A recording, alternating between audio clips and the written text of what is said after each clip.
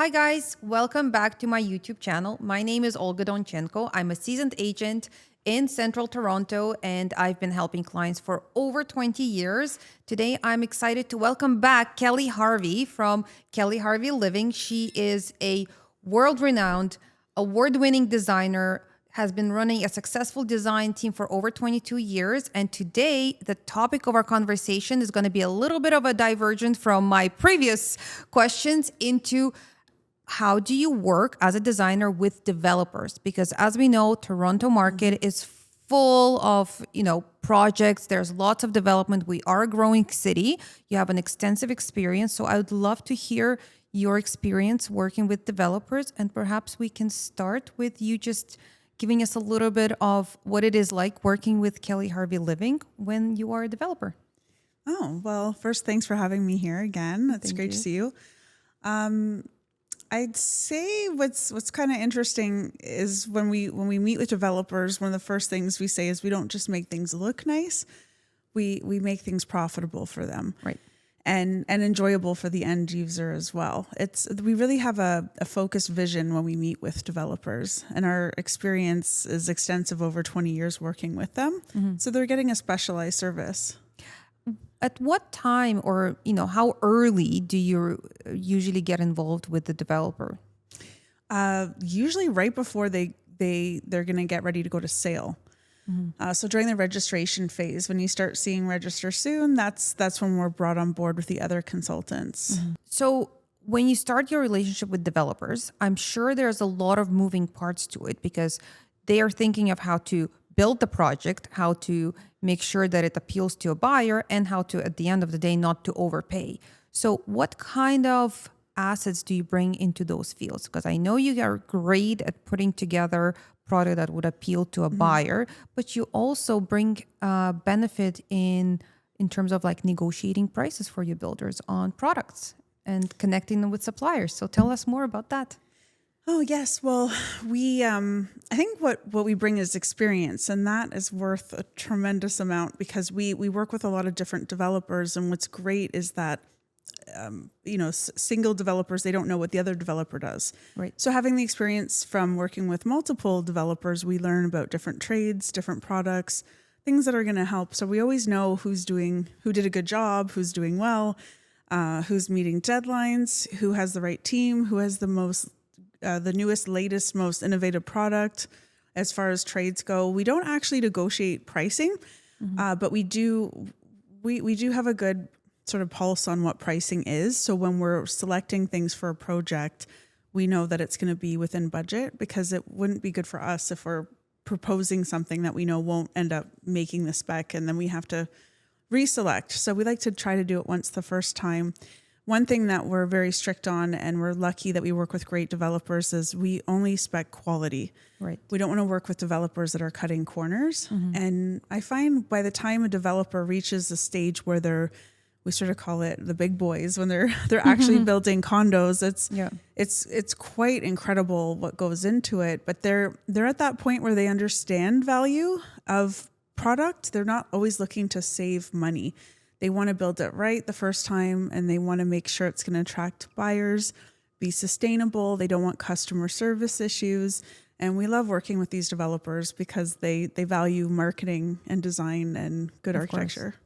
And at the end of the day, you're after making a happy client. Absolutely. So, talking about a happy client, as the buyers come in, so I would expect it to be a bit of a different thinking process when you're putting together upgrades or selection of finishes for a developer because you're trying to appeal to a wide range of buyers without even really knowing them, as opposed to when you're doing a single dwelling for one particular client who will come in and tell you what they like and what they don't like.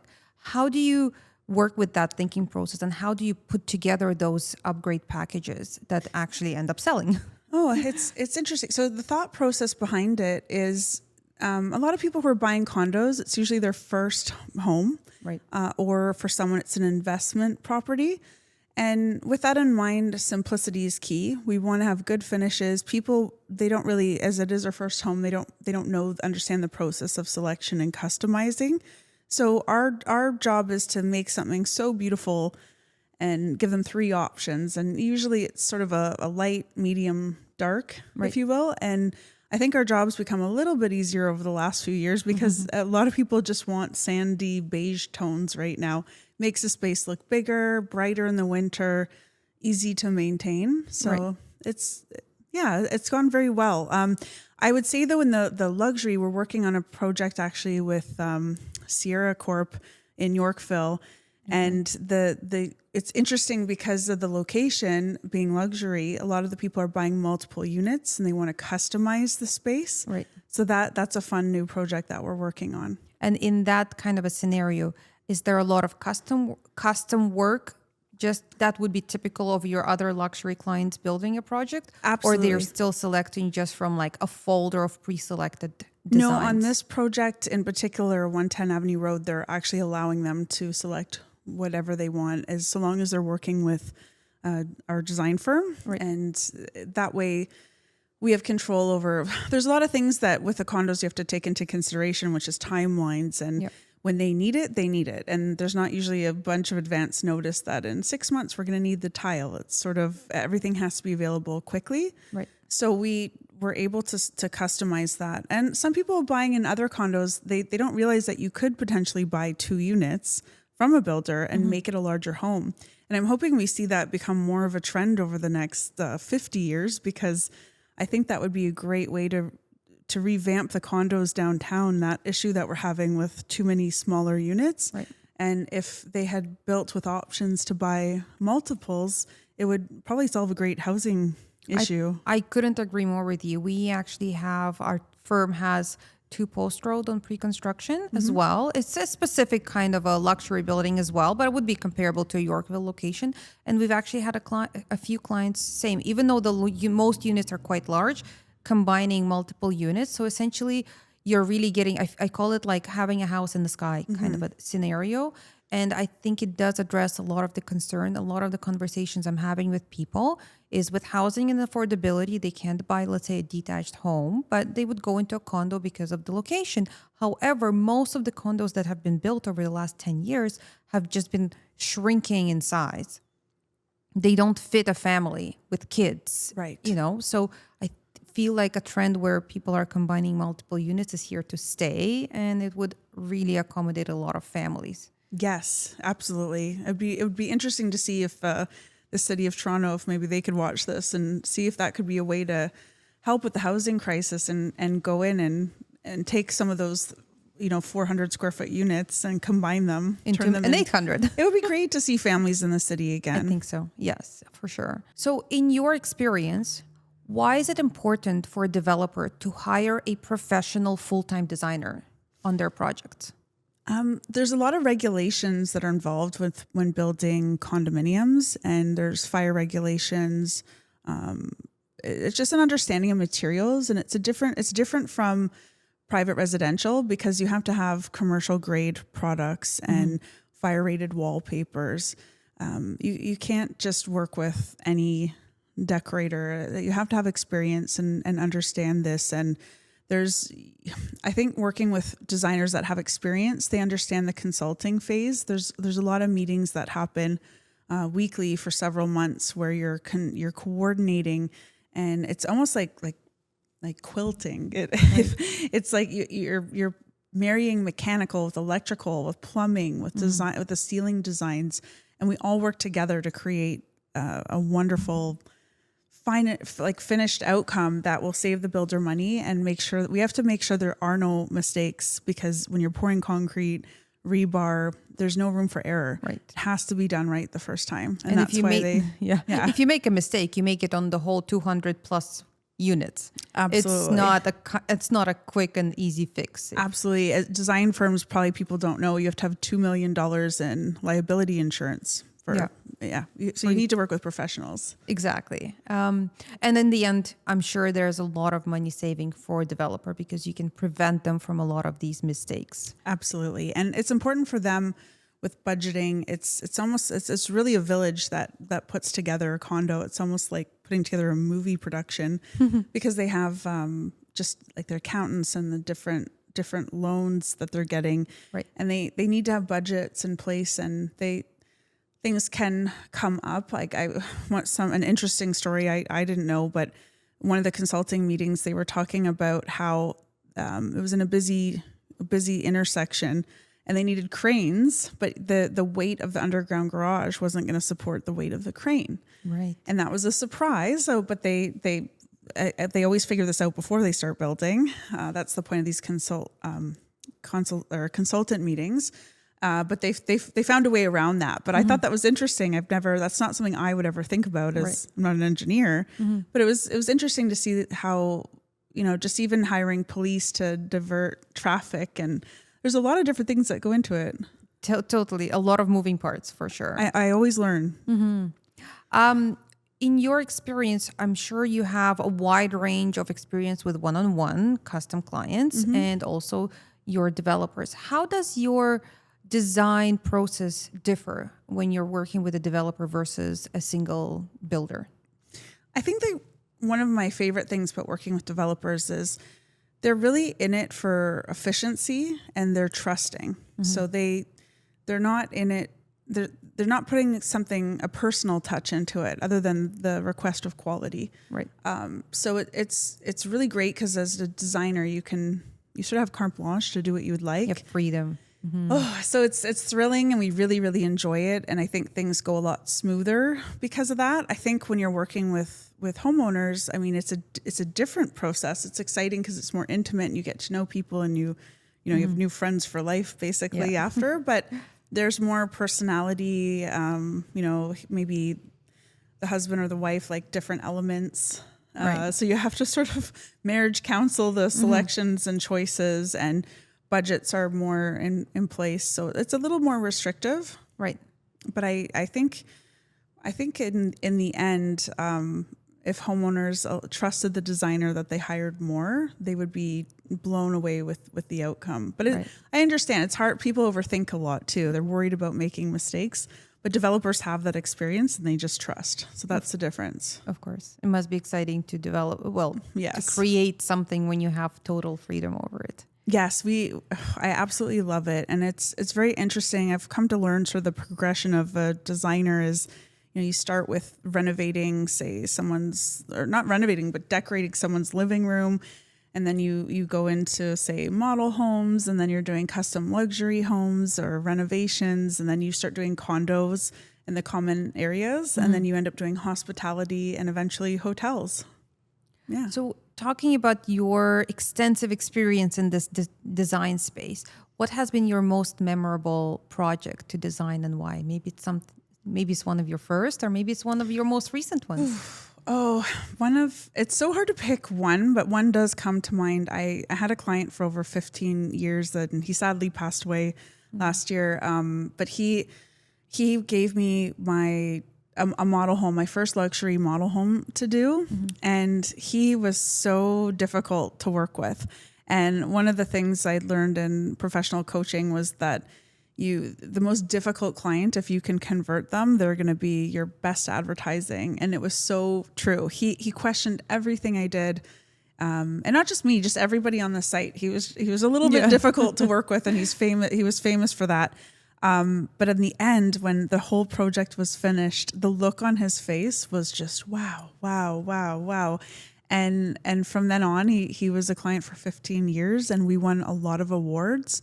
Amazing. And it was really he is as difficult or questioning or challenging as he was during the build. He trusted me. He let me make the choices, and it was a great professional learning experience. And I got a lot of clients from him after. Amazing. Sounds like it was very rewarding.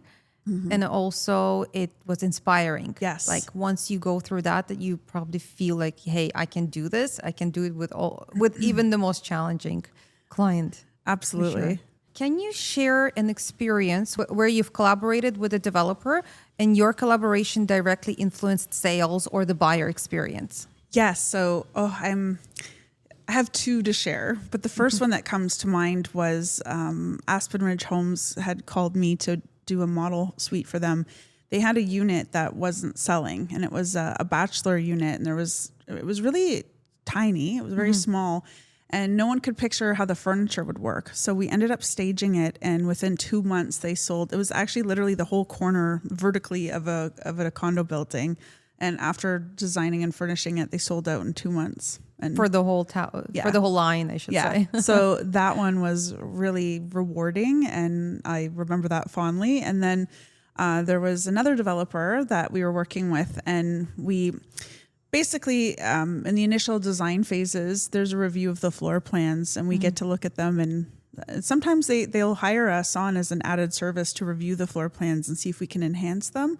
Not all developers do that. I think they should, because we were able to discover that they had a 1-bedroom, but the way that it was, but once we furnished it, it was a 1-bedroom plus den.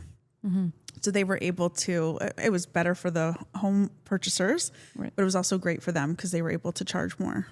Oh, that's exciting. Yeah. That's why just to highlight, that's why it works out to hire a professional. When we're talking about pre-construction, I mean, on the sales side, working with some buyers when we're coming in, how do you find it works? There's usually a selection. You have a base rate, like you have a base selection, and there's all these upgrades. And of course, whenever you see all the upgrades and it's hard to keep your buyer back, they really want the most expensive version, and they're also on a budget.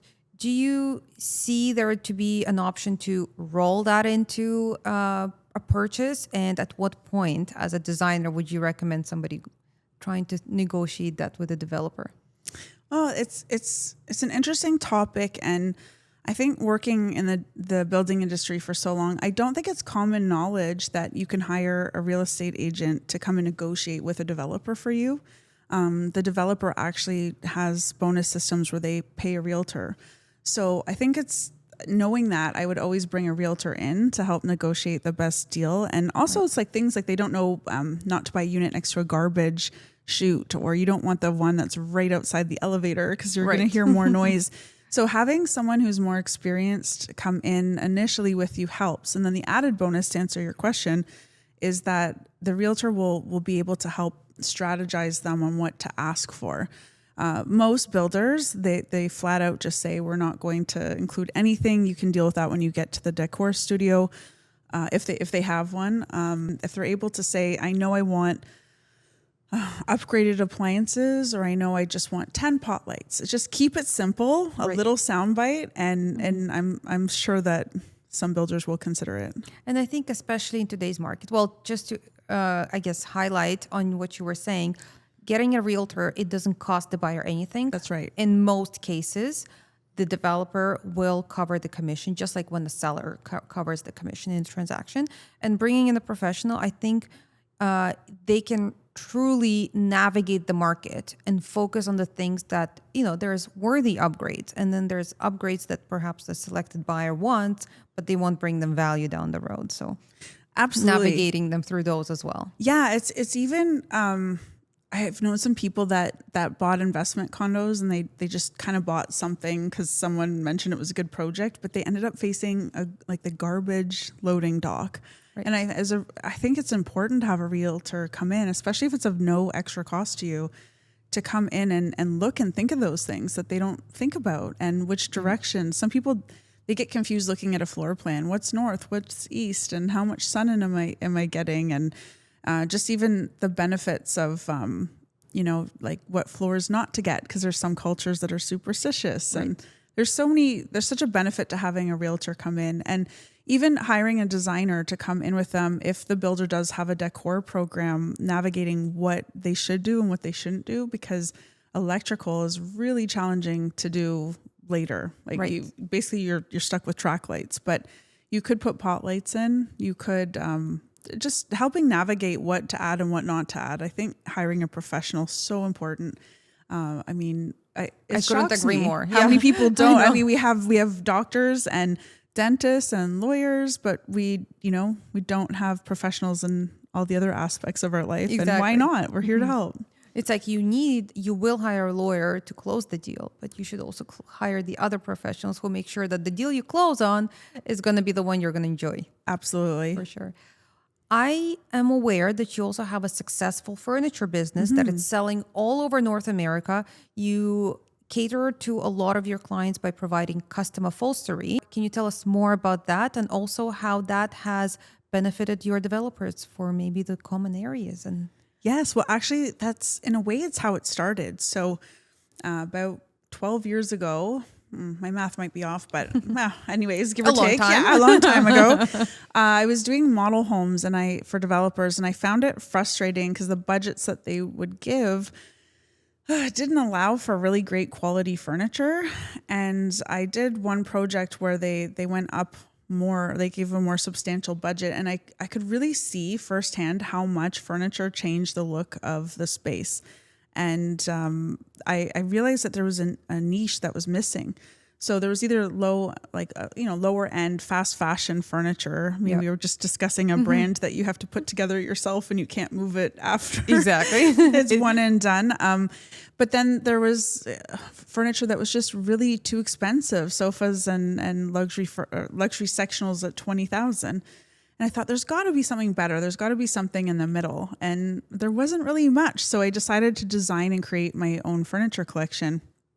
And we were using it a lot in model homes and common area spaces. And then it turned into the public wanting it, and it just organically grew. And we're so proud because it's made in Canada, and that is so important to today. And not only that, I mean, the fact that it's made in Canada, we use solid Canadian maple tree frames. It has a really nice story to it, but it's also great for people from outside of Canada to purchase it because comes with a story. Exactly. And history, right? And an honesty, right? Yeah. Who's more honest than Canadians? Exactly. More kind. Exactly. For sure. I heard that there's also something new talking under the furniture umbrella. Share some news. What's happening? So we're opening our first retail showroom in Vaughan, actually. So we felt bad for everybody north of the GTA because there hasn't been a really quality high-end store to shop at. And there's a lot of luxury developments and pockets north of the GTA. So, but it's very easy for the GTA to get to. Like, we're centrally located. It's so essentially you're pulling people from all the way south.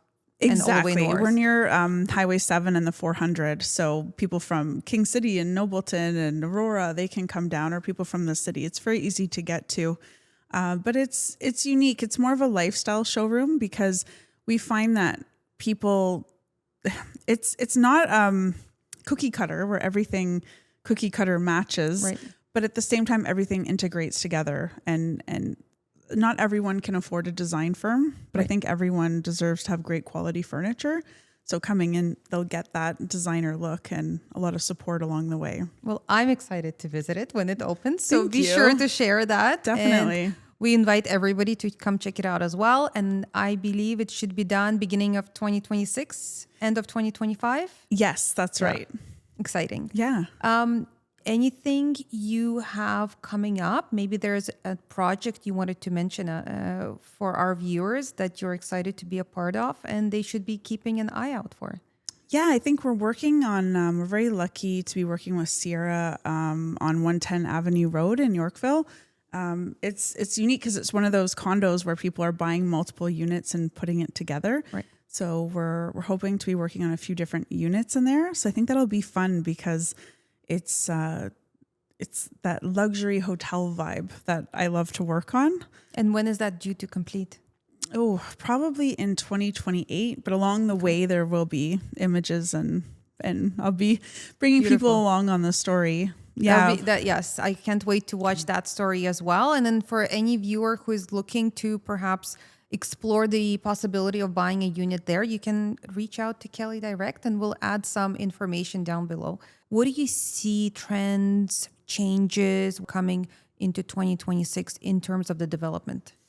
A great question, because when we're working on developments, we really have to predict the future. And we look to Europe a lot. Europe is still, advanced in their design. And I'm just finding like simplicity is the word that comes to mind. Warmth, natural simplicity. Mm-hmm. And it's even things like people don't want grout lines anymore. So there's a lot like larger format flooring is going in. Baseboards are starting to disappear. There's there's this big trend where nobody wanted baseboards. They wanted that seamless look, but then they realized it's not practical because when you go to vacuum or mop, it ruins the bottom. So now we're seeing like the tile continue up as a baseboard.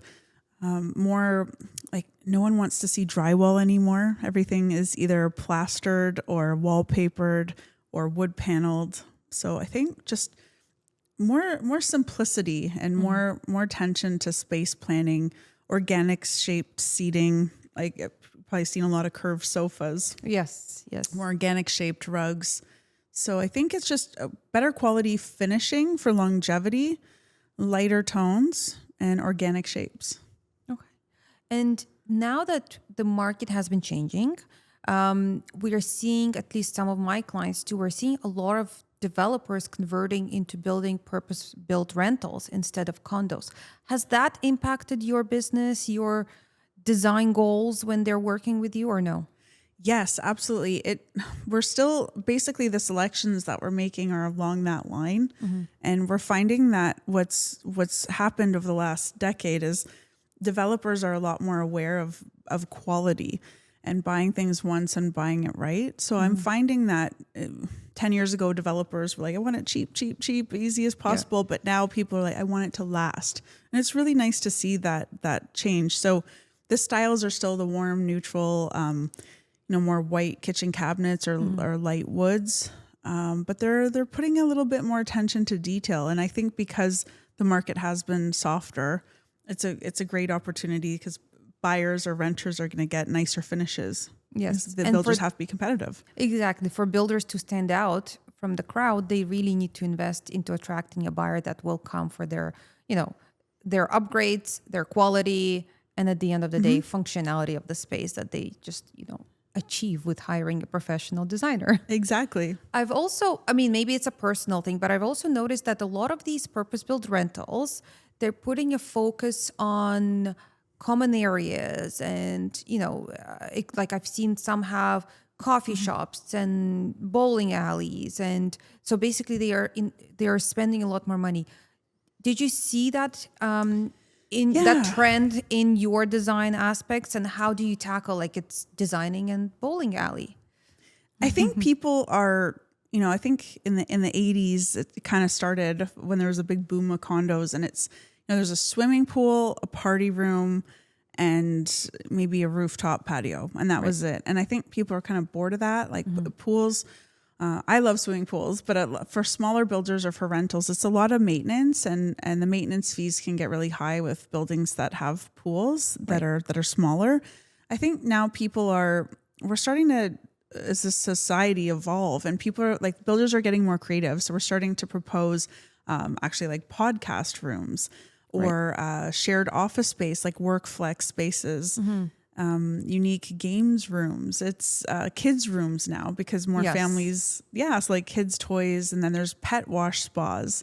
So it's interesting. I've seen golf simulators as well. Yes. So it's really there's some that have like wine tasting rooms, although that one puzzles me because there's sometimes things sprout legs and walk. I don't know how you keep the wine there, but it's nice if you were to have some friends come over. But I think movie theaters are out. People were doing that, but then people realized now we have big screen TVs on our wall. Why do we need to? And in the end, everybody still watches it on their iPhone. Exactly. Yeah. Because everybody wants to watch their own show. I've seen some people even have like online nurses that you can call. There's a separate room, and other exciting, like they'll have events where it's hosted by the developer or by the property management. So I see that there's a lot of lifestyle focus when we're coming to these new developments, which is so rewarding to see, because I think before it was more like, here's your unit, here's your key, and that's it. Yes, they're trying to create more sense of a community, and I've noticed the more successful developers or like the larger developers, they really do build a little village. They're allowing space at the bottom for the dry cleaner, the coffee shop, the 24-hour convenience or Rabba, and then some sports outside, maybe basketball, and that sort of like a nice park, dog walk areas, playground for kids. It's really nice to see that you can have the benefits of living in a neighborhood, but with the convenience, it's just steps below you. Yes, yes. So they're really catering to all different areas and aspects of life. So this way, people are actually there for the long run, not just for the year or two, and as a short stepping stone. If our viewers wanted to get into contact with you and perhaps book a consultation, what would be the best way to reach out?